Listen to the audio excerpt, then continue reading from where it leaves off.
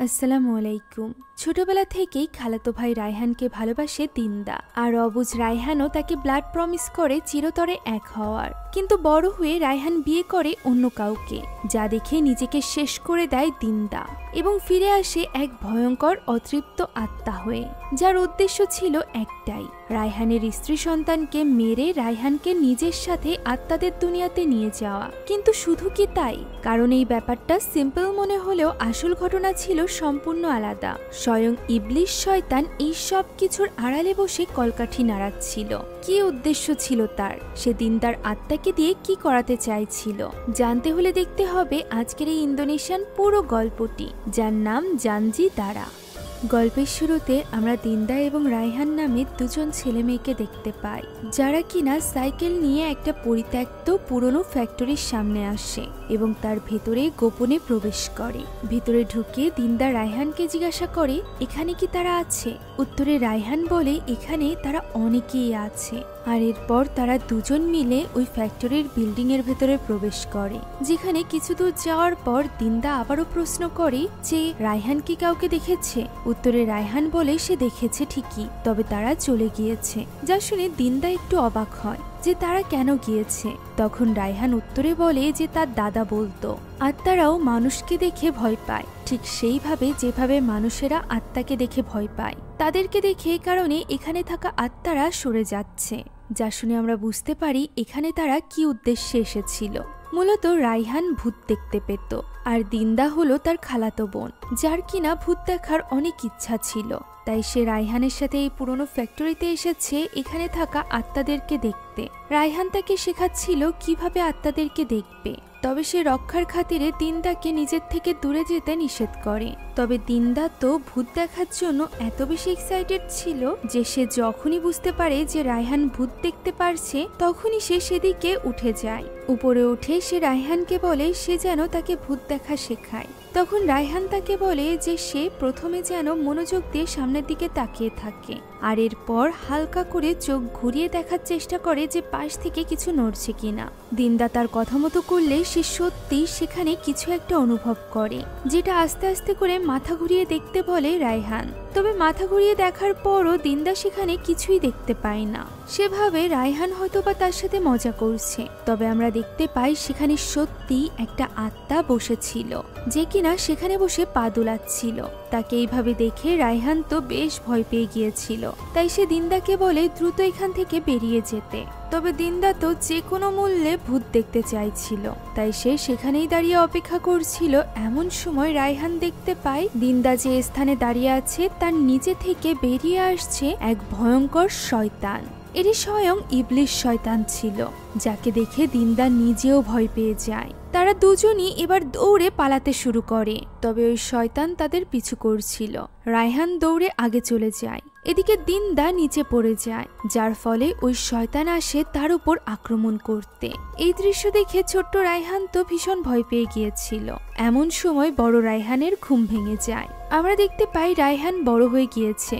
এতক্ষণ যাবৎ সে তার ছোটবেলার ভয়ঙ্কর এক স্মৃতি স্বপ্নে দেখছিল, যে স্মৃতি সে কারোর সাথেই শেয়ার করতে চায় না। তাই তো এইভাবে ঘুম থেকে উঠে বসায় তার স্ত্রী শ্যারেন যখন তাকে স্বপ্নের ব্যাপারে জিজ্ঞাসা করে সে কথাটি এড়িয়ে যায়। তখন শ্যারেন বলে সে গত এক সপ্তাহ ধরে এরকমই অস্থির রাত কাটাচ্ছে, যে ব্যাপারটা নিয়ে সে চিন্তিত। তবে রায়হান তাকে চিন্তা করতে মানা করে, আর এরপর তারা ঘুমিয়ে পড়ে। পরদিন আমরা দেখতে পাই রায়হান এবং শ্যারেন ওয়াশরুমে ছিল, যেখানে তাদের কথা দ্বারা আমরা বুঝতে পারি তাদের মধ্যকার সম্পর্ক খুবই সুন্দর এবং বন্ধুত্বপূর্ণ। তাদের দুজনের পরিবারই চায় তাদের ছেলে মেয়ে হোক, যদিও তারাও এটা চাইছিল। রায়হান শ্যারেনের খুব যত্ন করত। ওই দিনও সে শ্যারেনকে তার অফিসে নামিয়ে দিয়ে আসে, যেখানে শ্যারেনের কলিগসরা তাদের দুজনকে এইভাবে একসাথে দেখে অনেক প্রশংসা করে। তারা দুজনই দুজনকে পেয়ে ভীষণ খুশি ছিল। এখন রায়হানকে বিদায় জানিয়ে শ্যারেন ভেতরে যাওয়ার পর তার বান্ধবী তিয়াস তাকে কফি দেয়, তবে সেটা হাতে নিতেই হঠাৎ করে শ্যারেনের শরীর খারাপ হতে শুরু করে, তাই সে ওয়াশরুমে চলে যায়। অন্যদিকে আমরা রায়হানকে তার অফিসে দেখতে পাই, যেখানে শ্যারেন তাকে বারবার কল করছিল। রায়হান কাজ শেষ করে বাইরে এসে তার ভিডিও কল রিসিভ করে, যেখানে শ্যারেন তাকে তার প্রেগন্যান্সির ব্যাপারে জানায়। অর্থাৎ তারা খুব শীঘ্রই 2 থেকে 3 হতে চলেছিল, যে ব্যাপারটা নিয়ে তারা দুজন ভীষণ খুশি ছিল। তাই তো ওই রাতে রায়হান নিজে যায় শ্যারেনকে পিক করতে। রায়হান এত বেশি খুশি ছিল যে সে শ্যারেনের দিক থেকে যেন চোখই সরাতে পারছিল না। এমন সময় হঠাৎই রাস্তার মাঝখান দিয়ে কেউ যেন তাদের গাড়ির সামনে দিয়ে চলে যায়, ফলে রায়হান দ্রুত গাড়ি থামিয়ে দেয়, যদিও শ্যারেন তার সামনে কিছুই দেখতে পেয়েছিল না। এখন এই পুরো ব্যাপারটা নিয়ে রায়হান একটু টেনশনে ছিল, যে কারণে বাড়িতে ফিরে তার মনোযোগ শ্যারেনের দিকে ছিল না, যদিও শ্যারেন তাকে রিকোয়েস্ট করে তার সাথে থাকতে। এখন তারা দুজন যখন রান্নাঘরে ছিল তখন হঠাৎই রায়হান লক্ষ্য করে বাইরে থেকে কেউ একজন তাদেরকে দেখছে। তবে শ্যারেন এই ব্যাপারে জিজ্ঞাসা করলে রায়হান এই ব্যাপারটাও এড়িয়ে যায়। তবে আমরা দেখতে পাই যে সেও বাইরে থাকা তার দিকে তাকিয়েছিল। এর মানে হতে পারে সেখানে কোনো মানুষ নয়, বরং ছিল কোনো আত্মা। যেমনটি আমরা প্রথম দৃশ্য থেকেই জেনেছি, রায়হান আত্মা দেখতে পেত, যে ব্যাপারটা হয়তোবা শ্যারেন জানে না। ওই রাতে আমরা দেখতে পাই সত্যি ওই বাড়িতে এক আত্মার ছায়া রয়েছে, যে কিনা আস্তে আস্তে করে বাড়ির ভেতরে প্রবেশ করছিল। তার এই উপস্থিতির ব্যাপারে রায়হানও বুঝতে পেরেছিল, যে কারণে তার ঘুম ভেঙে যায়। তবে শ্যারেন যখন তার কাছে জানতে চায় তখন সে বাহানা করে যে তার পানি তৃষ্ণা পেয়েছে। কথা বলে সে পানি আনতে নিচে চলে যায়। তবে সে যেতেই জ্বলতে থাকা টেবিল ল্যাম্পটি আপনা আপনি বন্ধ হয়ে যায়। তাই তো শ্যারেন তার পাশের টেবিল ল্যাম্পটি জ্বালানোর চেষ্টা করে, তবে সেটাও জ্বলছিল না, যা দেখে সে বিছানা থেকে উঠে পড়ে এবং রুমের লাইট জ্বালাতে যায়। দুই একবার চেষ্টা করার পর রুমের লাইটটি জ্বলে ওঠে। এটা দেখে সে নিজের বিছানায় ফিরে যায়। তবে বিছানাতে যাওয়া মাত্রই সে দেখতে পায় লাইটটি আপনা আপনি আবারও বন্ধ হয়ে গিয়েছে। তাই সে আবারও আসে লাইটটি চালু করতে, তবে এবার আর লাইটটি চালু হচ্ছিল না। আমরা বুঝতে পারছিলাম সেখানে কোনো অশুভ আত্মার উপস্থিতি রয়েছে। শ্যারেনেরও ভয় লাগছিল, তাই সে যেভাবেই হোক লাইটটি জ্বালানোর চেষ্টা করে। একসময় সেটা জ্বলে ওঠে, তখনই সেখানে চলে আসে রায়হান। শ্যারেন তাকে সবকিছু খুলে বলে। এমন সময় হঠাৎই আবারও লাইটটি বন্ধ হয়ে যায়। রায়হানের মনে হয় হতে পারে বাল্বে কোনো সমস্যা, তাই সে নিচে যায় বাল্ব আনতে, যেখানে শ্যারেনও তার সাথে যায়। বাল্ব নিয়ে আসার পর সেটা চেঞ্জ করার সময় রায়হান শ্যারেনকে বলে লাইটের সুইচগুলো অফ রাখতে। শ্যারেনও সেদিকে খেয়াল রাখে। তবে বাল্ব চেঞ্জ করার সময় হঠাৎ করেই সেটা জ্বলে ওঠে এবং রায়হান নিচে পড়ে যায়। এই ঘটনা নিয়ে তারা দুজনেই অবাক হয়ে যায়, কারণ লাইটের সুইচ তো অফ ছিল, সেটা জ্বলার কোনো কথাই না। এখন পরদিন শ্যারেনকে অফিসে নামিয়ে দিয়ে রায়হান আবারও বাড়িতে ফিরে আসে। সে শ্যারেনকে জানায় না যে সে বাড়িতে কেন এসেছে। মূলত সে বাড়িতে দেখতে এসেছিল যে এখানে কোন আত্মা আছে, কারণ সে জানতো শ্যারেনের সামনে আত্মারা নিজেকে প্রকাশ করবে না, একমাত্র রায়হানই তাদেরকে দেখতে পাবে। এখন নিজের বাড়িতেই রায়হান ভয়ে ভয়ে প্রবেশ করে, যেখানে সে ডাইনিং টেবিলে একজন বৃদ্ধ মহিলার আত্মাকে দেখতে পায়, যার নাম ছিল সিথি। সিথি মূলত তাদের বাড়িতে কাজ করত রায়হানের মায়ের হয়ে। রায়হানের মা সিথির কাছে অনেক টাকা পেত, যে কারণে সিথির আত্মা এখানে এসেছিল রায়হানের কাছে বলতে যে সে যেন তার মাকে বলে সিথিকে ওই টাকার জন্য ক্ষমা করে দিতে। রায়হান তাকে আশ্বস্ত করে যে সে তার মাকে বলবে এবং তার মাও তাকে ক্ষমা করে দিবে তার সব লোনের জন্য। একথা শুনে সিথির আত্মা কিছুটা স্বস্তি পায়। তখন রায়হান তার কাছে জানতে চায় যে গত রাতে সে কি এখানে এসেছিল। উত্তরে সিথির আত্মা জানায় যে সে এই মাত্রই প্রথমবারের মতো তার কাছে এসেছে, অর্থাৎ গত রাতের আত্মাটা সিথির আত্মা ছিল না, এখানে অন্য কোনো আত্মা এসেছিল। এখন সিথির আত্মা তার কাটাছেঁড়া শরীর নিয়ে সেখান থেকে চলে যায়। তখনই হঠাৎ করে রায়হান তাদের ছবিটি পড়ে যাওয়ার শব্দ শুনতে পায়। সেদিকে ছুটে গিয়ে সে দেখতে পায় তাদের ছবিটি নিচে পড়ে গিয়ে ভেঙে গিয়েছে। সে বুঝতে পারছিল না যে এটা কোনো আত্মা করেছে কিনা। এমন সময় দরজায় কেউ নক করে। সে দৌড়ে গিয়ে দরজা খুলতেই দেখতে পায় বাইরে কেউই নেই। এতে করে রায়হান একটু অবাক হয়। এরপর সে দরজা আটকে দিয়ে আবারও ভেতরে যায়। তবে কিছু দূর যেতে আবারও দরজায় নক হয়। এবার রায়হান দরজা খোলার আগে একটু অপেক্ষা করে, আর এরপর দরজা খুলতেই সে দেখতে পায় সেখানে ডেলিভারি ম্যান দাঁড়িয়ে আছে। তার একটি পার্সেল এসেছিল, যেটা সে নিজেই অর্ডার করেছিল। সে এখানে ডেলিভারি ম্যানের কাছে জিজ্ঞাসা করে যে আগে একবার সে নক করেছিল কিনা। উত্তরে ডেলিভারি ম্যান না জানালে সে একটু অবাক হয়, আর এরপর পার্সেল নিয়ে নেয়। আমরা দেখতে পাই রায়হান তার অনাগত সন্তানের জন্য একটা স্ট্রোলার নিয়ে এসেছিল, যেটা গিফটে পেয়ে শ্যারেন তো খুবই খুশি হয়ে যায়। তাই তো সে তখনই ধন্যবাদ স্বরূপ রান্নাঘরে চলে যায় রায়হানের জন্য খাবার তৈরি করতে। অন্যদিকে রায়হান চলে যায় গোসল করতে। এখন শিরিন একা রান্নাঘরে জুস ব্লেন্ড করছিল। এমন সময় আমরা দেখতে পাই ওই স্ট্রলারটা একা একা রান্নাঘরে চলে এসেছে। শিরিনও সেটা দেখে বেশ ঘাবড়ে যায়, তবে তার মনে হচ্ছিল রায়হান হয়তোবা তার সাথে মজা করছে। এরপরই ঘটে এক ভয়ঙ্কর ঘটনা। সে যখনই ব্লেন্ডার চালায় তখনই তার সামনে ওই স্ট্রলারটি তার দিকে এগোতে থাকে, আবার ব্লেন্ডার বন্ধ করলেই সেটা থেমে যায়। এটা দেখে শিরিন ব্লেন্ডার অফ করে স্ট্রলারের কাছে আসে। সে মূলত দেখতে চাইছিল যে এর ভেতরে কোনো ডিভাইস আছে কিনা যা দ্বারা স্ট্রলারটাকে দূর থেকে রিমোট দিয়ে কন্ট্রোল করা যায়, কারণ রায়হান তো সেখানে ছিল না। তাই কন্ট্রোল করা না গেলে এটা কিভাবে একা একা সামনের দিকে এগোচ্ছে। সে সেখানে এরকম কোনো ডিভাইস দেখতে পায় না। এমন সময় হঠাৎই স্ট্রলারের নিচে দিয়ে দুটো ভয়ঙ্কর হাত বের হয় এবং তার পা ধরে টান দেয়, যার ফলে সে প্রচন্ড ভয় পেয়ে যায় এবং চিৎকার করে ওঠে। তার চিৎকারের আওয়াজ শুনে রায়হানও ঘর থেকে বেরিয়ে আসে। সে যখন নিচের ফ্লোর থেকে উপরে থাকা রায়হানকে এই সবকিছুর ব্যাপারে বলছিল, তখন রায়হান দেখে স্ট্রলার তো এখনো পর্যন্ত তাদের সিঁড়ি রুমের ওইখানেই আছে। সেটা রান্নাঘরে কিভাবে যাবে? অর্থাৎ রায়হান মনে করছিল শিরিন হয়তোবা ভুল কিছু দেখেছে।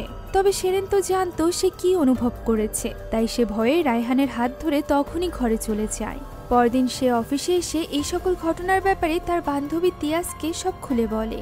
সবটা শোনার পর তিয়াস এখানে তার চাচার কথা বলে, যার নাম কাসমান। কাসমান মূলত এই সকল অদ্ভুত জিনিস দেখতে পেত। বিভিন্ন মানুষেরা তার সাহায্য নেয় তাদের বাড়ি থেকে এই ধরনের অশুভ শক্তিকে দূর করতে। তাই শিরিন যদি চায় তাহলে সে তার চাচার সাথে কথা বলতে পারে। তবে শিরিন চাইলেও রায়হান এমনটি চাইছিল না। সে এখানে শিরিনকে বলে এটা শুধুমাত্র টাকার অপচয় ছাড়া আর কিছুই হবে না। শিরিন বলে তাহলে তার সাথে যা কিছু হচ্ছে এইসব কিছু নিয়ে কি সে বসে থাকবে? রায়হান বলে আত্মারা মানুষদেরকে জ্বালায় যাতে করে তারা একটু অ্যাটেনশন পেতে পারে। তাই শিরিন যদি তাদের সাথে ফ্রেন্ডলি বিহেভ করে তাহলে ওই আত্মারা তার কোনো ক্ষতি করবে না। একথা শুনে শিরিন অবাক হয়ে বলে যে সে কিভাবে তাদের সাথে ফ্রেন্ডলি বিহেভ করবে, সে তাদেরকে দেখতে পায় না, তারা তাকে ভয় দেখায়। তখন রায়হান বলে তাহলে সে যেন তাদেরকে গুরুত্ব না দেয়, গুরুত্ব দিলে তারা আরো বেশি তার কাছে থাকার চেষ্টা করবে। তার এইসব কথা শিরিনের খুব একটা পছন্দ হয় না।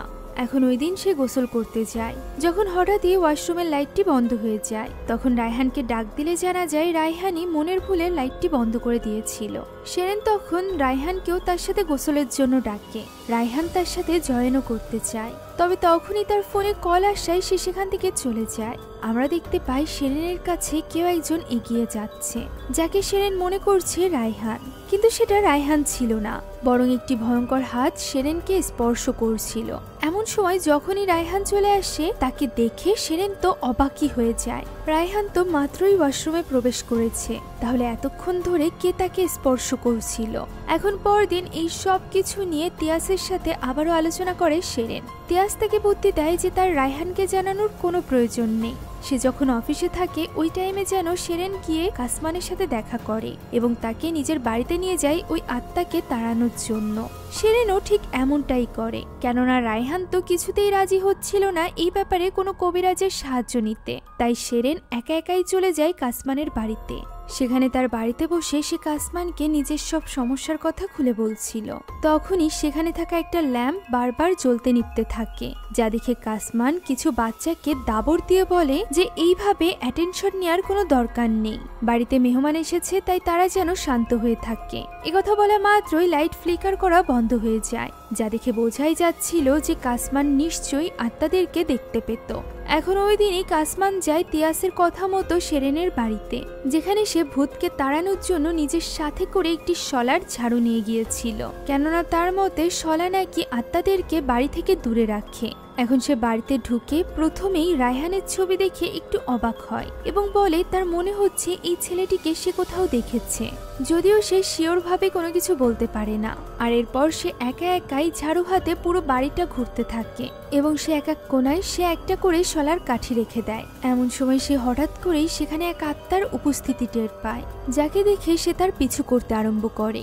ওই আত্মা তাকে দেখিয়েই দরজা খুলে বাড়ির বাইরে চলে যায়। কাসমান তার দিকে ঝাড়ু ছুঁড়ে মারে ঠিকই, তবে সেটা আত্মার গায়ে লাগে না। আর এরপর কাসমান চিৎকার করে বলতে থাকে যে সে যেন এই বাড়িতে না আসে, এই বাড়িতে এক বিবাহিত দম্পতি খুবই সুখে শান্তিতে জীবন কাটাচ্ছে, তাই সে যেন তাদের কোনোভাবে জ্বালাতন না করে। এখন এইভাবেই ওই আত্মাকে তাড়িয়ে সে সেরেনের বাড়ি থেকে বেরিয়ে যায়। রাতের বেলা সে যখন বাড়ি ফিরছিল তখন সে সেরেনকে মেসেজে জানায় যে তার বাড়ি এখন আত্মামুক্ত হয়ে গিয়েছে। ওই শলার কারণে কোনো খারাপ আত্মা আর তার বাড়িতে প্রবেশ করতে পারবে না। একথা শুনে সেরেন একটু স্বস্তি পায়। যদিও রায়হান তাকে জিজ্ঞাসা করে যে সে কার সাথে কথা বলছে, তবে সেরেন তাকে কিছুই জানায় না। তখনই আমরা দেখতে পাই কাসমানকে, যে কিনা এই রাতের বেলা জঙ্গলের ভেতরের রাস্তা দিয়ে একা একা বাড়িতে যাচ্ছিল। হঠাৎই তার গাড়ির সামনে একজন মেয়ে চলে আসে, যে অ্যাক্সিডেন্ট করে তার গাড়ির পিছে গিয়ে পড়ে। এই ঘটনায় কাসমান বেশ ঘাবড়ে গিয়েছিল, তাই তো সে দ্রুত গাড়ি থেকে নেমে দেখার চেষ্টা করে মেয়েটি ঠিক আছে কিনা, কিন্তু সে গাড়ির পেছনে কোনো মেয়েকেই দেখতে পায় না, যা দেখে কাসমানের আর বুঝতে বাকি থাকে না যে কোনো আত্মা তার পিছে পড়ে গিয়েছে। তাই সে দ্রুত ওই ঝাড়ুটি হাতে নেয় এবং আশেপাশে দেখতে থাকে। কোথাও কাউকে না দেখে সে আবারও গাড়িতে চড়ে বসে এবং বাড়ির উদ্দেশ্যে রওনা দেয়। এমন সময় হঠাৎই ওই আত্মা তার গাড়ির পিছনের সিটে চলে আসে এবং তার উপর হামলা করে, যার ফলে তার গাড়ির অ্যাক্সিডেন্ট হয়ে যায়। আর সাথে সাথে আমরা দেখতে পাই বাড়িতে রেখে যাওয়া তার ওই প্রোটেকশনের শলার কাঠিটি ভেঙে গিয়েছে। ওই সময় সেরেন এবং রায়হান ঘুমাচ্ছিল। বাইরে হঠাৎ করেই ওই স্ট্রোলারটি আবারও চলতে আরম্ভ করে এবং সেটা সিঁড়ি দিয়ে পড়ে যাওয়ার আওয়াজ হয়, যা শুনে সেরেনের তখনই ঘুম ভেঙে যায়। সে ঘাবড়ে গিয়ে রায়হানকে ডেকে তোলে। তারা দুজন দ্রুত বাইরে যায় দেখার জন্য যে কি সিঁড়ি দিয়ে পড়েছে। নিচে গিয়ে তারা দেখতে পায় স্ট্রোলারটি পড়েছে, যা দেখে সেরেন বলে ওঠে যে কবিরাজ তো বলেছিল বাড়িটি প্রোটেক্টেড, তাহলে কি ওই আত্মা আবারও ফিরে এসেছে? একথা শুনে রায়হান একটু অবাক হয় এবং সেরেনের কাছে প্রশ্ন করে যে কে বলেছিল যে প্রোটেক্টেড।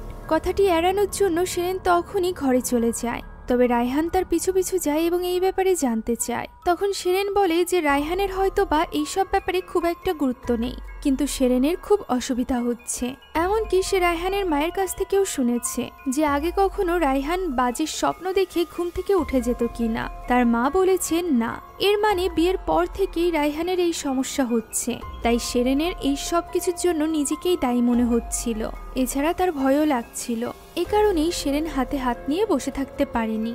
এখন সেরেনের এই মানসিক অবস্থা দেখে রায়হান ঠিক করে যে সে সেরেনকে সবটা বলে দিবে। রায়হান জানায় সে ছোটবেলা থেকেই এই আত্মাদেরকে দেখতে পেত, যে শক্তি বড় হওয়ার সাথে সাথে ধীরে ধীরে কমে গিয়েছিল। তবে বিয়ের পর কিছুদিন ধরে সে হঠাৎ করেই এই জিনিসটা অনুভব করতে পারছে।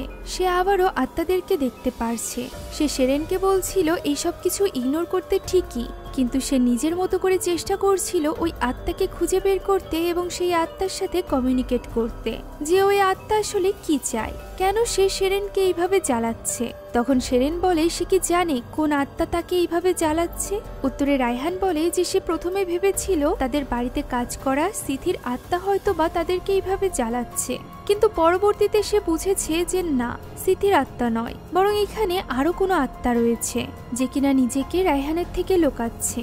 একথা শুনে সেরেন বেশ চিন্তিত হয়ে পড়ে, কেননা এখন তার একার ক্ষতির ব্যাপার ছিল না, বরং এখন তার সাথে তার সন্তানেরও ক্ষতি হওয়ার সম্ভাবনা ছিল। আর এই আত্মা যে কতটা ভয়ঙ্কর এই ব্যাপারটা তো আমরা কাসমানের অ্যাক্সিডেন্টের দৃশ্য থেকেই বুঝতে পেরেছি। কাসমানের মৃত্যুর পরও ওই আত্মা সেখানেই দাঁড়িয়েছিল। পরদিনই তিয়াস অফিসে এসে সেরেনকে কাসমানের মৃত্যুর ব্যাপারে জানায়, যেটা শোনা মাত্রই সেরেন তখনই রায়হানকে ডেকে কাসমানের বাড়ির উদ্দেশ্যে রওনা দেয়। সেখানে গিয়ে তারা দেখতে পায় কাসমান মারা গিয়েছে। সেরেন এটা ভেবে চিন্তিত হয়ে পড়ে যে তার বাড়ি থেকে ফেরার সময় কাসমানের মৃত্যু হয়েছে। এখানে রায়হান বাড়ির ভেতরে ঢোকে না, কেননা সে বাড়ির সামনে যেতেই ওই আত্মাকে দেখতে পায় যে কিনা কাসমানের বাড়ির উপরের তলায় দাঁড়িয়েছিল, যাকে এইভাবে দেখে রায়হান সেখানেই থমকে যায়। আমরা বুঝতে পারি রায়হান ওই আত্মাকে চিনে ফেলেছে। তবে সেরেন এই ব্যাপারে প্রশ্ন করলে সে সেরেনকে কিছুই বলতে চায় না। তবে সেরেন বুঝতে পেরেছিল রায়হান নিশ্চয়ই সেখানে কিছু না কিছু দেখেছে, তাই সে বাড়িতে ফেরার পরও রায়হানকে বারবার এই ব্যাপারে প্রশ্ন করতে থাকে, যা শুনে রায়হান এবার রেগে যায় এবং তাদের দুজনের মধ্যে কথা কাটাকাটি শুরু হয়ে যায়। রায়হানের মতে সেরেন ওই কবিরাজকে ডেকে তাকে তো বিপদে ফেলেছেই, সেই সাথে নিজেকেও বিপদে ফেলেছে, যা শুনে সেরেন এখানে প্রচন্ড রেগে যায়, কারণ এই সব কিছু সে করেছিল নিজেদের প্রোটেকশনের জন্য। সে এবং রায়হান যেন ঠিকভাবে থাকতে পারে এ কারণে। সে চাইলেই ওই আত্মাদের সাথে বন্ধুত্ব করতে পারছিল না। ওই আত্মা স্পষ্টভাবে তার ক্ষতি চাইছিল, যে জিনিসটা রায়হান মানতেই চাইছে না। এখন এই সব কিছু নিয়ে শিরেন এত বেশি রেগে গিয়েছিল যে সে কাপড় গোছাতে শুরু করে। সে কিছুদিনের জন্য নিজের বাবার বাড়িতে যেতে চাইছিল, তবে রায়হান তাকে বোঝায় যে বাবার বাড়িতে গেলেই সমস্যার সমাধান হবে না, এই আত্মা তার পিছু ছাড়বে না। সে যদি বাবার বাড়িতে যায়, আত্মাও তার পিছু পিছু ওই বাবার বাড়িতেই যাবে। একথা শুনে এবার শিরেন পড়ে যায় মহাবিপদে। সে বুঝতে পারছিল না যে সে কি করবে। ওই রাতে তারা দুজন যখন ঘুমিয়েছিল, তখন হঠাৎ করেই ছোট্ট দিনদার ডাক শোনা যায়, যে কিনা রায়হানকে ডাকছিল। তার ডাক শুনে রায়হানের ঘুম ভেঙে যায় এবং সে ওই আওয়াজের পিছু করতে করতে সিঁড়ির কাছে চলে আসে। সেখানে সে ছোট্ট দিনদাকে দেখতে পায়, যার হাতে টর্চ লাইট ছিল। সে এখানে রায়হানকে ডেকে দৌড় দেয়। তাকে এইভাবে দেখে রায়হান তার পিছু করতে থাকে। এক পর্যায়ে হঠাৎই দিনদার আত্মা তার পিছু থেকে দৌড়ে চলে যায় একটা স্টোর রুমের ভেতর, যেখানে গ্যারেজের সব জিনিসপত্র রাখা ছিল। সেখানে আস্তে আস্তে করে প্রবেশ করে রায়হান। রায়হান ভেতরে প্রবেশ করে দিনদাকে ডাকতে থাকে। ভেতরে প্রবেশের পর সে দেখতে পায় এক স্থানে দিনদার হাতে থাকা ওই টর্চ লাইটটি পড়ে আছে। ঠিক তখনই ওই স্টোর রুমের দরজাটি আপনা আপনি বন্ধ হয়ে যায়, যার ফলে এবার রায়হান ঘাবড়ে যায়। তখনই আমরা শিরেনকে দেখতে পাই। শিরেনেরও ঘুম ভেঙে গিয়েছিল, তাই সে ঘুম থেকে উঠে নিজের পাশে যখন রায়হানকে দেখতে পায় না, তখন সে নিজেও ভয় পেয়ে যায়। সে রায়হানকে ডাকতে থাকে, যার কোনো সারা শব্দই ছিল না। তাই সে রায়হানকে কল করে, যার ফোন তখন ঘরেই ছিল। তাই তো শিরেন রায়হানকে ডাকতে থাকে। এমন সময় হঠাৎই তার মাথার উপরে থাকা বাল্বটি ব্লাস্ট হয়ে যায়, যার ফলে শিরেন অনেক বেশি ভয় পেয়ে যায়। এই আওয়াজ শুনে ঘাবড়ে যায় রায়হান নিজেও। তাই সে দ্রুত ওই ঘর থেকে বের হওয়ার চেষ্টা করছিল। এদিকে আমরা ওই ভয়ঙ্কর আত্মাকে দেখতে পাই, যে কিনা শিরেনের দিকেই তেড়ে যাচ্ছিল। ওই আত্মা আসলে শিরেনেরই ক্ষতি করতে চাইছিল, যে জিনিসটা বোঝা যায় যখন সে শিরেনের পিছু করতে শুরু করে। শিরেন ঘাবড়ে গিয়ে সেখান থেকে পালাতে চাইছিল। এতে করে তার পায়ের নিচে ওই কাচের টুকরোও ঢুকে যায়। সেটাকে কোনো মতে বের করে সে সিঁড়ির দিকে এগিয়ে যায়, যেখানে ওই আত্মা চলে আসে এবং তাকে ধাক্কা দেয়। অর্ধেক সিঁড়ি পড়ার পরও শিরেন কোনো মতে নিজেকে সামলে নেয়। সে উঠে দাঁড়ায় এবং দ্রুত সিঁড়ি দিয়ে নামতে চায়। তখনই সেখানে আবারও ওই আত্মা চলে আসে এবং তাকে ধাক্কা দিয়ে নিচে ফেলে দেয়। এবার সিঁড়ি থেকে পড়ে শিরেন অজ্ঞান হয়ে যায়। এদিকে রায়হানও অনেক চেষ্টার পর ফাইনালি ওই দরজা খুলতে পারে এবং সে দৌড়ে আসে শিরেনের কাছে, যেখানে শিরেন অলরেডি অজ্ঞান হয়ে গিয়েছিল। সেই সাথে তার ব্লিডিংও শুরু হয়ে গিয়েছিল। তাকে দ্রুত নিয়ে যাওয়া হয় হসপিটালে, যেখানে ডক্টররা নিজেরাও বলতে পারছিল না যে শিরেনের মিসক্যারেজ হয়ে গিয়েছে কিনা, অর্থাৎ তার পেটের বাচ্চা এখনো জীবিত আছে কিনা। কেননা তার বাচ্চার এখনো পর্যন্ত হার্টবিট পাওয়াই যায়নি। যেহেতু হার্টবিট পাওয়া যায়নি, তাই তারা বুঝতে পারছিল না যে বাচ্চা এখনো জীবিত আছে কিনা। তবে সৌভাগ্যবশত শিরেনের তেমন কোনো ক্ষতি হয়নি। পরদিনই তার জ্ঞান ফিরে আসে, যেখানে সে প্রথমেই রায়হানের কাছে জানতে চায় যে তার বাচ্চা ঠিক আছে কিনা।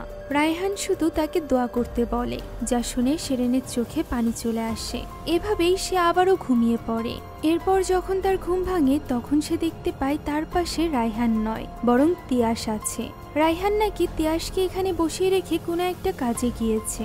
অন্যদিকে আমরা রায়হানকে দেখতে পাই, যে কিনা পৌঁছে গিয়েছিল একটা বাড়ির সামনে। এই বাড়িটা কার তা আমরা জানি না, তবে সেখানে যেতেই সে একটা অতীতের দৃশ্য দেখতে পায়। এখানেই এই বাড়ির উঠানেই সে ছোটবেলায় দিনদার সাথে খেলা করত। তাদের খেলা বলতে ওই একই, ভূত দেখা। তারা দুজন রাতের অন্ধকারে তাদের বাড়ির চারিপাশেই ভূত দেখে বেড়াতো। খুব মজা এবং হাসি খুশি ভাবে তাদের ছোটবেলাটা কেটেছে। এইসব কথাই সেখানে দাঁড়িয়ে ভাবছিল রায়হান। এমন সময় পিছে থেকে কেউ একজন ডাক দেয়। তাকে ডাক দিয়েছিল দিনদার মা, অর্থাৎ তার খালামণি হাস্তি, অর্থাৎ দিনদার মায়ের সাথে সে এখানে বসে কথা বলে।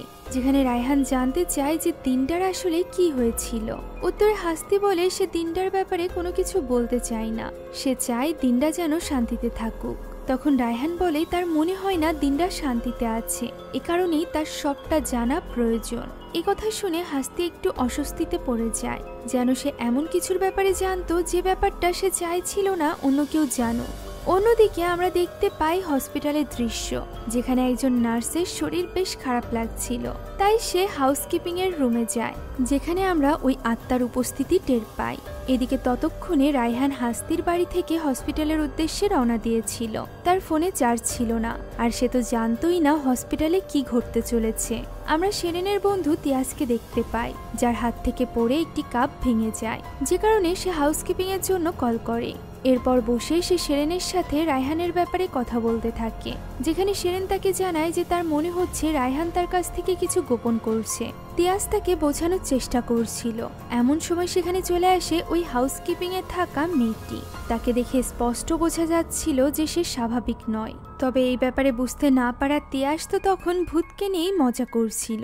মূলত সে শেরেনকে স্বাভাবিক ফিল করানোর জন্য ভূতকে নিয়ে উল্টোপাল্টা কথা বলছিল, যা শুনে এখানে ওই নার্সের ভেতরে থাকা আত্মা ভীষণ রেগে যায়। সে তিয়াসের উপরই আক্রমণ করে বসে, আর এরপর সে ছুরি হাতে শেরেনকে মারতে এগিয়ে আসছিল। এদিকে শেরেনের হাতে তো স্যালাইন লাগানো ছিল, যে কারণে সে দৌড়ে পালাতেও পারছিল না। সে সেটা খোলার ব্যবস্থা করছিল, অন্যদিকে তিয়াস চেষ্টা করছিল ওই নার্সকে আটকানোর। এরই মাঝে শেরেন ইমার্জেন্সি বেল বাজিয়ে দেয়, যার আওয়াজ শুনে নার্স সেখানে ছুটে আসে এবং এই পরিস্থিতি দেখে সে দ্রুত সিকিউরিটি গার্ডকে ডাকতে চলে যায়। এদিকে ওই হাউসকিপারের ভেতরে থাকা আত্মা চেষ্টা করছিল শেরেনকে খুন করার, যার মাঝে মূল বাধা হয়ে দাঁড়িয়েছিল তিয়াস, যাকে আঘাত করে সে নিচে ফেলে দেয়। তবুও তিয়াস হার মানে না, সে তার বান্ধবীকে বাঁচানোর জন্য বারবার মাঝে আসতে থাকে। এরই মাঝে শেরেন তার হাতের স্যালাইনটা খুলে ফেলে এবং কোনো মতে বিছানা থেকে উঠে যায়। এটা দেখে আত্মা এবার রাগের মাথায় তিয়াসকেই দূরে ছুঁড়ে মারে, যার ফলে তিয়াস সেখানেই অজ্ঞান হয়ে যায়। এমন সময় সেখানে চলে আসে সিকিউরিটি গার্ডরা, যাদের পেছনে গিয়ে আশ্রয় নেয় শেরেন। তাকে বাঁচাতে সিকিউরিটি গার্ডরা ইরমাকে ধরে ফেলে এবং শেরেন ওই রুম থেকে বেরিয়ে আসে। সিকিউরিটি গার্ডরা ধরে রাখায় ইরমা বাইরে আসতে পারে না এবং সে অজ্ঞান হয়ে যায়, অর্থাৎ তার ভেতরে থাকা ওই আত্মা তার শরীর থেকে বেরিয়ে যায়। আর এরপর আপনা আপনি দরজা খুলে ওই রুম থেকে বেরিয়ে আসে। ওই সময় শেরেন লিফটের জন্য অপেক্ষা করছিল। এমন সময় লিফটটা উপরে ওঠে এবং দেখা যায় তার ভেতর থেকে বেরিয়ে এসেছে ওই ভয়ঙ্কর আত্মা, যে কিনা তখনই শেরেনের গলা চেপে তাকে হত্যা করার চেষ্টা করে। আমরা বুঝতে পারছিলাম এই আত্মার একটাই উদ্দেশ্য, আর সেটা হলো শেরেনকে হত্যা করা। আর সে সেটা করতেই যাচ্ছিল, এমন সময় লিফট খুলে যায়, যার মধ্য থেকে বেরিয়ে আসে রায়হান নিজে। রায়হানকে দেখে ওই আত্মা সেখান থেকে চলে যায়। এখানে শেরেন রায়হানের উপর রেগে যায় তাকে একা ফেলে রেখে যাওয়ার জন্য। রায়হান জানায় সে ওই আত্মার ব্যাপারেই খোঁজ নিতে গিয়েছিল, যা শুনে শেরেন প্রশ্ন করে যে ওই মেয়েটি কে ছিল, সে কি তার এক্স গার্লফ্রেন্ড। একথা শুনে রায়হান বুঝতে পারে তার মানে ওই আত্মা শেরেনকে দেখা দিয়েছে। এর মানে হলো এবার ব্যাপারটি চরম পর্যায়ে চলে গিয়েছে, তাই সে তখনই ওই আত্মার কাছে যেতে চাইছিল এই ব্যাপারের কোনো সলিউশন খুঁজতে। তবে শেরেন জেদ করতে থাকে যে সে একা থাকবে না, রায়হান যেখানে যাবে সেও তার সাথে যাবে, কেননা ব্যাপারটা এখন আর শুধু রায়হানের নেই, এখন এর সাথে শেরেন নিজেও জড়িয়ে গিয়েছে। ফলে না পেরে বাধ্য হয়ে রায়হান শেরেনকে নিয়েই সেখান থেকে রওনা দেয়। পথে গাড়িতেই রায়হান শেরেনকে ওই আত্মার ব্যাপারে খুলে বলে। সে জানায় তার কাজিন দিনদার ব্যাপারে, যাকে এর আগে শেরেন কখনোই দেখেনি। ছোটবেলা থেকেই রায়হান এবং দিনদার সম্পর্ক খুব ভালো ছিল। তাদের দুজনেরই প্রচন্ড আগ্রহ ছিল আত্মাদের দেখার উপর। যদিও রায়হান তাদেরকে দেখতে পেত, কিন্তু দিনদার কাছে এরকম কোনো স্পেশাল পাওয়ার ছিল না। সে অনুভব তো করতে পারত, কিন্তু সে আত্মাদেরকে দেখতে পেত না। এ কারণেই সে ওই দিন রায়হানের সাথে গিয়েছিল ওই ফ্যাক্টরিতে, যেখানে সে প্রথমবারের মতো এরকম ভয়ঙ্কর কিছু নিজের চোখে দেখতে পায়। তবে সেটা কোনো আত্মা নয়, বরং ছিল ইবলিশ শয়তান নিজে, যে কিনা দিনদার উপর আক্রমণ করেছিল। ওই দিন ছোট্ট রায়হানের কিছু সময়ের জন্য মনে হয়েছিল দিনদা তো মারা যাবে, তবে সে হাল ছাড়েনি। সে কোনো মতে দিনদাকে বাঁচিয়ে নিয়েছিল। বেঁচে ফেরার পর দিনদা জানায় যখন ইবলিশ তাকে ধরেছিল তখন সে নাকি এমন এক জগতে পৌঁছে গিয়েছিল যেখানে তার দেখা হয়েছিল তার মৃত বাবার সাথে, অর্থাৎ সে চলে গিয়েছিল মৃতদের দুনিয়াতে, যেখানে সে পথ হারিয়ে ফেলেছিল। আর এরপর রায়হানের ডাক অনুসরণ করে সে আসল দুনিয়াতে ফেরত এসেছিল।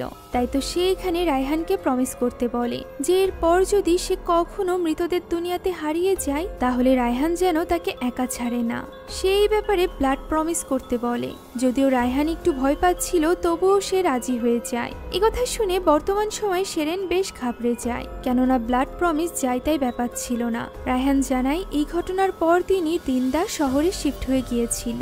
এরপর তাদের দেখা হয় হাই স্কুলে ওঠার পর, যেখানে দিনদার হাবভাব একদমই পরিবর্তন হয়ে গিয়েছিল। তাকে দেখে যেন রায়হান চিনতেই পারত না। সে সব সময় এমন ভাব করত যেন সে এবং রায়হান কোনো সম্পর্কে আছে।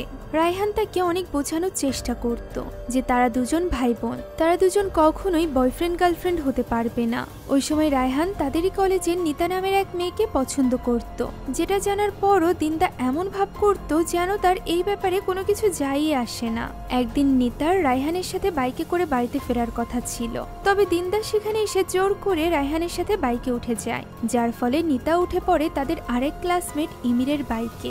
এই ব্যাপারটা রায়হানের একদমই ভালো লাগে না, তাই সে মাঝপথে গাড়ি থামায় এবং দিনদাকে বোঝানোর চেষ্টা করে যে সে যে কাজ করছে এটা একদমই ঠিক নয়। তবে দিনদা তো তার কোনো দোষই খুঁজে পাচ্ছিল না, কেননা তার মতে নিতা ইমিরের সাথেই ঠিক আছে, সে এবং রায়হান তো কোনো সম্পর্কে নেই, তাহলে তার দোষ কোথায়? এসব বলে সে উল্টো রাগ দেখিয়ে রাস্তা পার হয়ে অন্য পাশে যাচ্ছিল।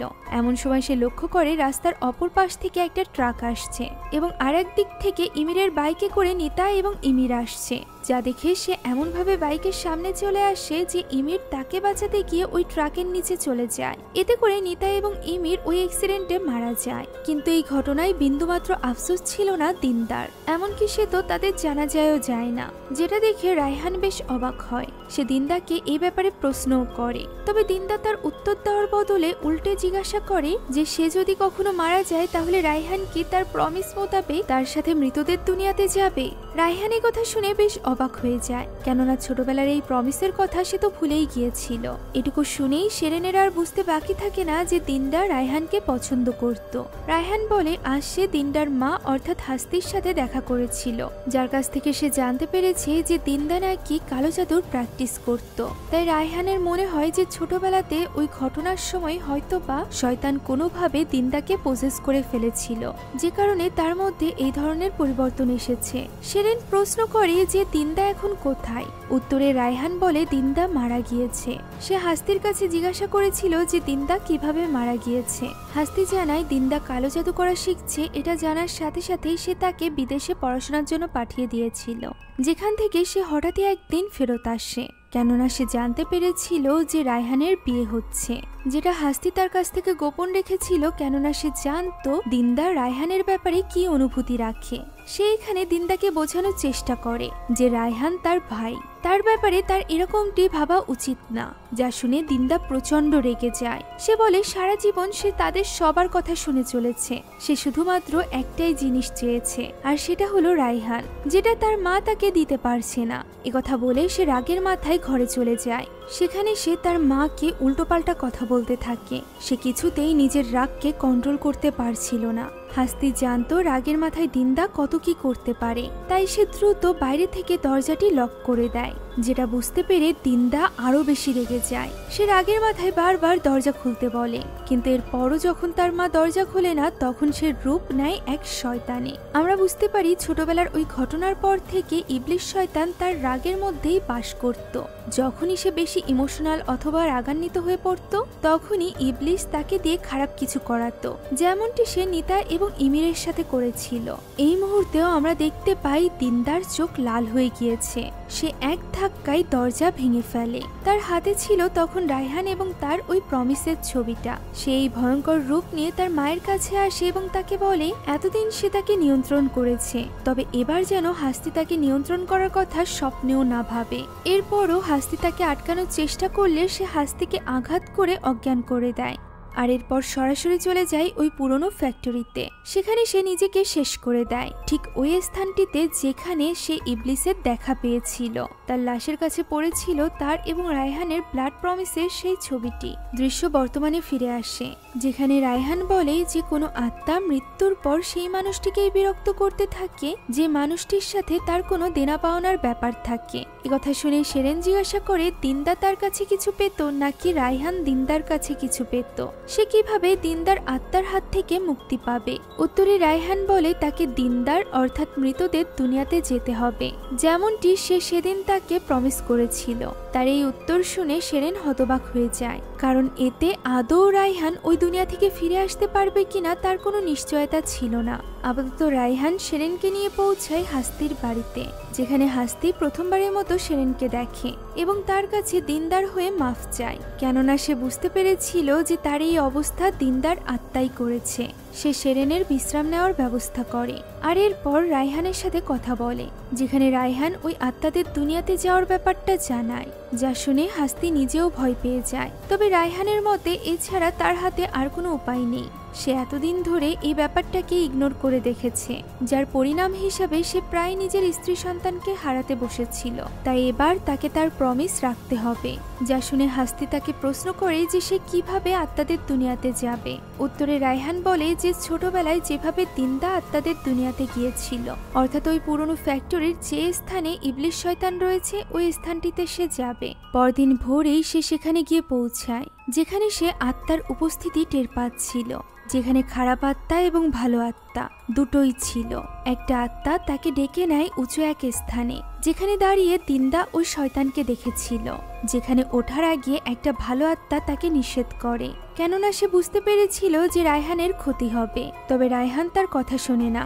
উপরে ওঠা মাত্রই সে সেখানে দিনদাকে দেখতে পায়, যাকে দেখে সে ওই উঁচু স্থানের কর্নারে চলে আসে। তখনই পেছন থেকে ডাক দেয় দিনদা। পিছে ফিরতেই দিনদা তার দিকে তাকিয়ে হেসে দেয় এবং তাকে এক ধাক্কা দিয়ে উপরে রডের সাথে আঘাত লাগিয়ে নিচে ফেলে দেয়। দৃশ্য চলে আসে সেরেনের কাছে, যেখানে সেরেনের ঘুম ভেঙে গিয়েছিল।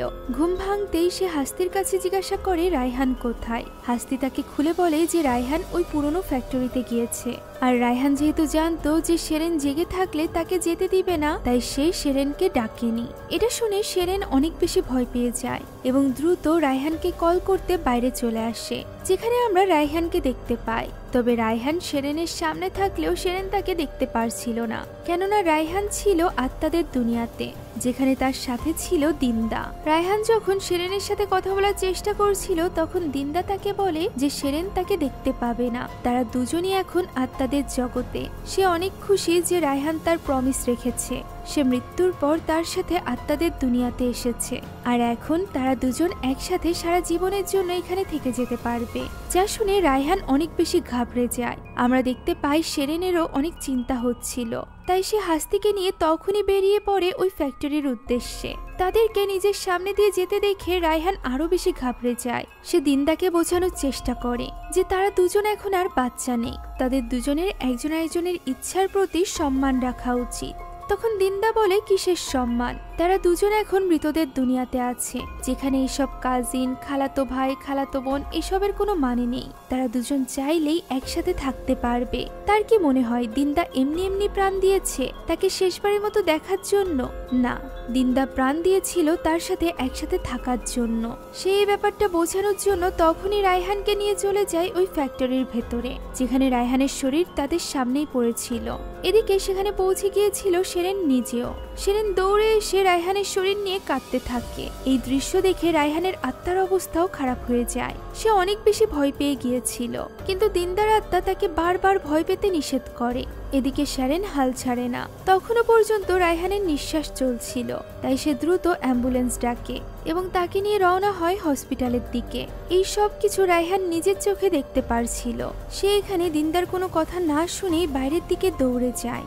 এমন সময় দিনদা তাকে আবারও ফ্যাক্টরির ভেতরে নিয়ে আসে এবং তাকে বলে যে সে এখান থেকে যেতে পারবে না, সে তাকে ভালোবাসে। রায়হান বলে সেও তাকে ভালোবাসে, তবে তার মনে হয় না দিনদা কখনো তাকে ভালোবেসেছে।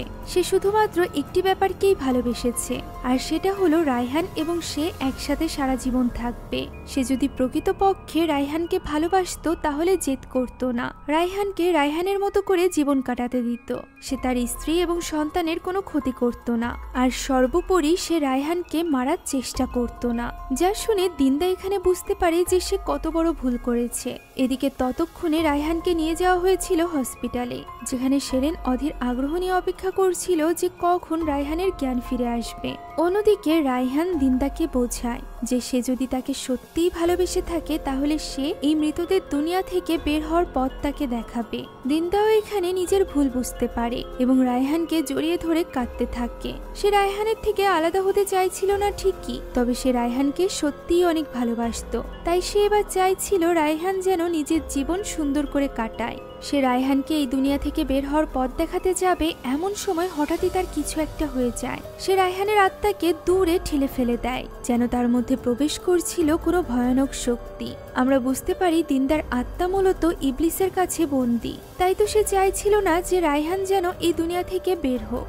এ কারণেই দিনদার মধ্যে প্রবেশ করে সে এক ভয়ানক রূপ নেয়, যা আক্রমণ করে রায়হানের আত্মার উপর। এতে করে বাস্তব দুনিয়াতে রায়হানের অবস্থাও বেশ খারাপ হয়ে যায়। ডাক্তাররা চেষ্টা করতে থাকে তার জীবন বাঁচানোর, তবে ওই শয়তান তো অলরেডি তার আত্মার ভেতর থেকে জীবনী শক্তি শুষে নিতে শুরু করেছিল। ফলে ডাক্তাররাও হার মেনে নেয়, তবে হার মানে না সেরেন। সে ছুটে আসে এবং রায়হানকে মনে করাতে থাকে যে সে যেমন একটা প্রমিস দিনদাকে করেছিল, ঠিক তেমনই একটি প্রমিস সে সেরেনকেও করেছিল, যে সে একজন ভালো বাবা এবং ভালো স্বামী হবে। যে প্রমিস রাখার জন্য হলেও তাকে এই দুনিয়াতে ফিরে আসতে হবে। তার এই সকল কথা শুনে রায়হানও এখানে নিজের শক্তি ফিরে পায়। তার মনে পড়ে যায় ছোটবেলাতে সে কিভাবে এই শয়তানের হাত থেকে দিনদাকে বাঁচিয়েছিল। সে নিজেকে শক্ত করে উঠে দাঁড়ায় এবং ওই শয়তানকে চেপে ধরে, কেননা সে জানতো ওই শয়তানের ভেতরেই রয়েছে দিনদা। সে দিনদাকে নিজের হুঁশে ফেরানোর চেষ্টা করতে থাকে, ঠিক যেভাবে সে ছোটবেলাতে করেছিল। তার এই কথা এবং চেষ্টার মধ্য দিয়ে তার এক স্পিরিচুয়াল পাওয়ারের সৃষ্টি হয়, যেটার সাহায্যে সে ছোটবেলাতে দিনদাকে প্রোটেক্ট করেছিল এবং এখনো সে ওই শয়তানকে দিনদার ভেতর থেকে বের করে দেয়। এতে করে দিনদা আস্তে আস্তে করে স্বাভাবিক হয়ে যায় এবং কাঁদতে কাঁদতে তাকে ধন্যবাদ জানায় আরো একবার শয়তানের কবল থেকে তাকে রক্ষা করার জন্য। আর এরপর চির বিদায় জানিয়ে রায়হান ফিরে আসে নিজের শরীরে। রায়হানের জ্ঞান ফিরতে দেখে সেরেন অনেক খুশি হয়ে যায়, আর এভাবেই রায়হান তার স্ত্রী এবং সন্তানকে দেওয়া প্রমিস রক্ষা করে। এরই মধ্য দিয়ে শেষ হয়ে যায় আজকের এই গল্পটি। আশা করছি আজকের এই গল্পটি আপনাদের কাছে ভালো লেগেছে। যদি ভালো লেগে থাকে তাহলে একটি লাইক এবং একটি কমেন্ট করতে ভুলবেন না। সেই সাথে আমাদের চ্যানেলে যদি আপনি নতুন হয়ে থাকেন তাহলে please subscribe to our channel. সম্পূর্ণ মুভিটি আমাদের টেলিগ্রাম চ্যানেলে আপলোড দেওয়া আছে, তাই মুভিটি দেখতে চাইলে কমেন্ট বক্সে দেওয়া লিংক থেকে এখনই জয়েন করুন আমাদের টেলিগ্রাম চ্যানেলে। Thank you so much for watching this video. Allah Hafiz.